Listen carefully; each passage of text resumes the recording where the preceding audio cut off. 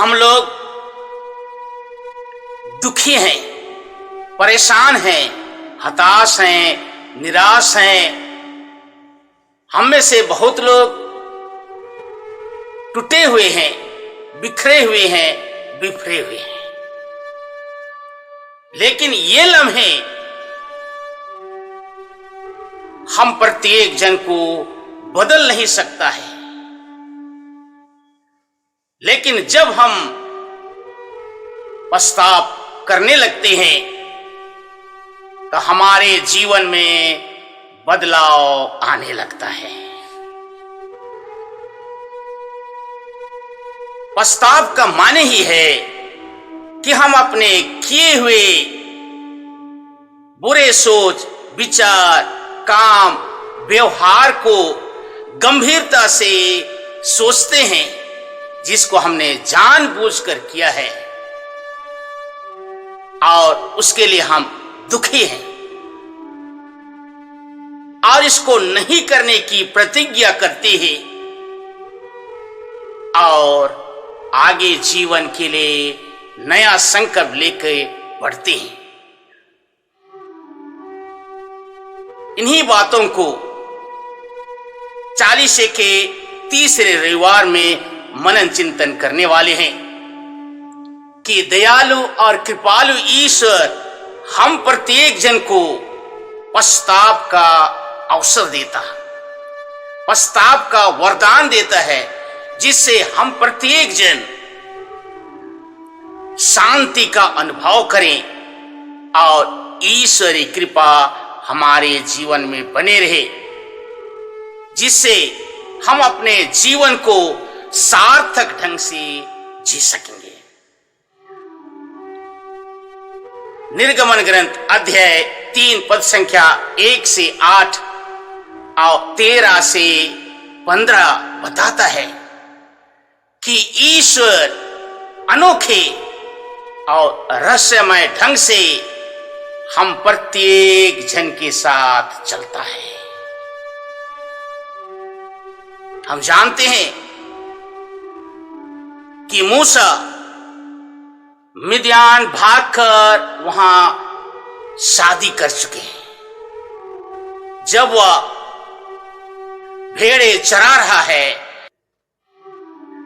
ईश्वर ने झाड़ी में लगी आग से निकलने वाले लपटों के रूप में स्वयं को प्रकट किया और इस आग की लपटों से आवाज आई, तुम पास मत आओ, पैरों से जूते निकाल लो, क्योंकि जहां तुम खड़े हो वह पवित्र भूमि है। मूसा को समझ में आ गया कि इस आग की लपटों में ईश्वर उपस्थित है। मूसा को अनुभव हो गया कि ईश्वर के विरुद्ध मैंने पाप किया है, या पश्चाताप का मौका है। उन्होंने तुरंत पैरों से जूते उतारे, जो पवित्र भूमि के आदर का प्रतीक है। इसके बाद ईश्वर ने कहा, मिस्र में रहने वाली प्रजा की दयनीय दशा मैंने देखी है। अत्याचारों से मुक्ति पाने के लिए उसकी आवाज सुनी है, इसलिए मैं तुमको फिरौन की गुलामी से उन्हें मुक्त करने के लिए भेजता हूं। मूसा अच्छी तरह जानते हैं कि ईश्वर के इस काम में कठिनाई का सामना करना पड़ेगा, इसलिए वे झिझकते हैं। अंतर्यामी ईश्वर स्वयं जानते हैं कि इसका विरोध होगा, लेकिन उससे भी ज्यादा ईश्वर जानते हैं कि मैं अपनी प्रजा को नाटकीय ढंग से फिरौन की गुलामी से मुक्त करूंगा। इसलिए कहते हैं, आश्वासन देते हैं कि मैं तुम्हारे साथ रहूंगा। कभी ना भूलें कि ईश्वर अपनी प्रजा को बचाने के लिए जीवन में हस्तक्षेप करते हैं। पहला हम देखेंगे, ईश्वर मूसा के जीवन में हस्तक्षेप किया। मूसा एक मिस्री की हत्या करके मिद्यान देश भाग चला और चुपचाप जेथरो के घर में शादी कर वहां लुका रहा। लेकिन आज स्पष्ट हो गया कि हम ईश्वर से जितना दूर भागेंगे, ईश्वर का हाथ उतना लंबा होते चला जाता है।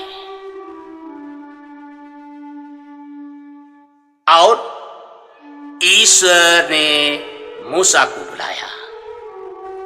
दूसरी बात, ईश्वर अपनी प्रजा इस्राएल के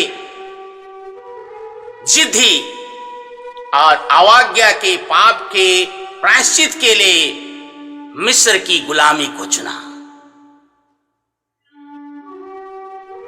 और वहां फिरौन की अत्याचार से छुड़ाने के लिए मूसा को बुलाते हैं और मूसा के माध्यम से उनको मुक्त करना चाहते हैं, क्योंकि ईश्वर की नजर और हृदय हम प्रत्येक जन के ऊपर बना रहता है। बहुत बार भविष्य की चिंता से हम अपने सपनों को खोते हैं, लेकिन जब कभी भी ईश्वर के हाथ और साथ के लिए प्रार्थना करते, कामना करते हैं, तो सारी चीजें यूं ही ठीक हो जाती है।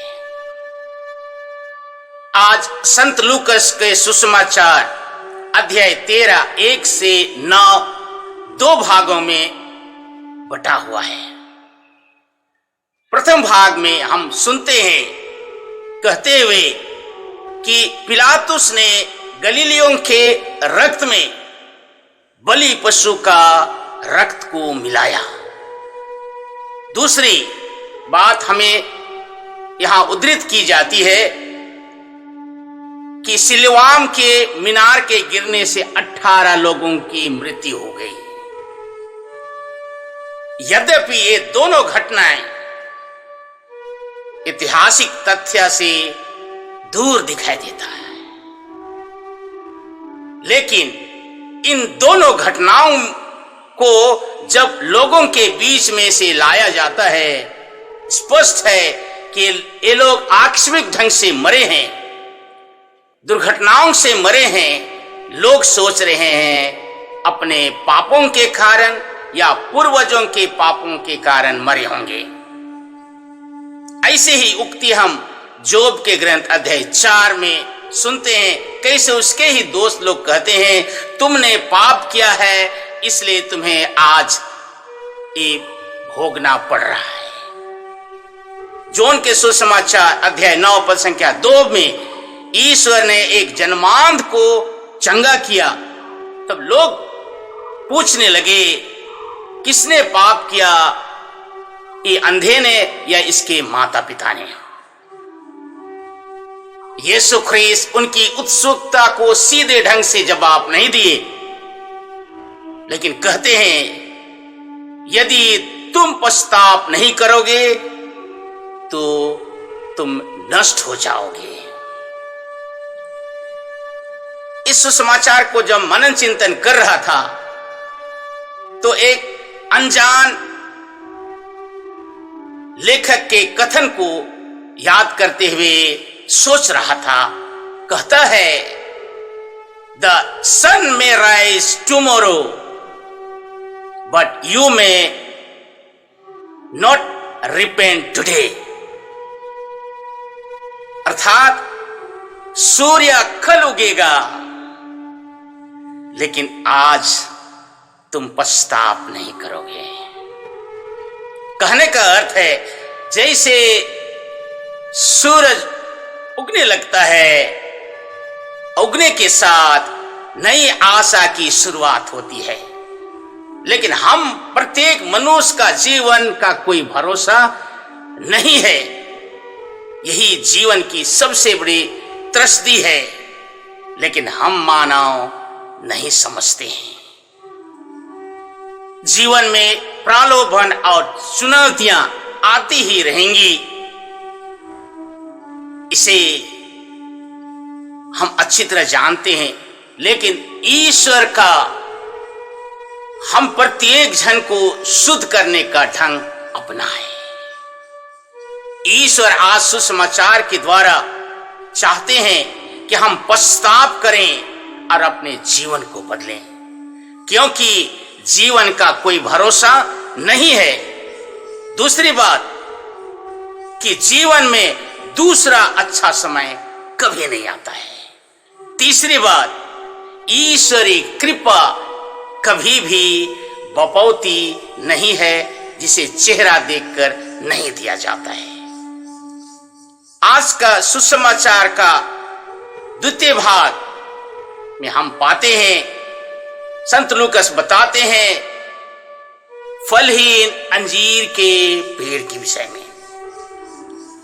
मालिक बड़े उत्साह के साथ अंजीर का पेड़ लगाते हैं, लेकिन रोज आते हैं, पेड़ में फलहीन देखकर निराश और हताश होकर कहते हैं बागवान से इसे काट डालो। लेकिन बागवान कहते हैं और 1 साल रहने दीजिए, चारों ओर मैं खोदूंगा, खाद लगाऊंगा, और अगले साल फल ना आए तो इसे काट देना। ईश्वर हम प्रत्येक जन को अवसर देते हैं और आशा करते हैं कि हमारे जीवन से कुल फल आए। अंजीर का पेड़ इस्राएलियों का प्रतीक है, कलीसिया का प्रतीक है, हम प्रत्येक व्यक्ति का प्रतीक है। ईश्वर की आशा है कि हमारे जीवन से प्रेम, क्षमा, दया, सहानुभूति, सहिष्णुता, सरोकार के फल लदे हुए होने चाहिए। लेकिन हमारे जीवन में जब ये दिखाई नहीं देता है, तो मैंने शुरू में कहा ईश्वर आत्मा को बचाने के लिए, अपनी प्रजा को बचाने के लिए हस्तक्षेप करते हैं। इस बात को कबीरदास जी सुंदर ढंग से कहते हैं, बड़े बड़े योद्धा खड़े, बड़े बड़े योद्धा खड़े, माज महल से ले चलाए ऐसा कालगराल, माज महल से ले चलाए ऐसा कालगराल।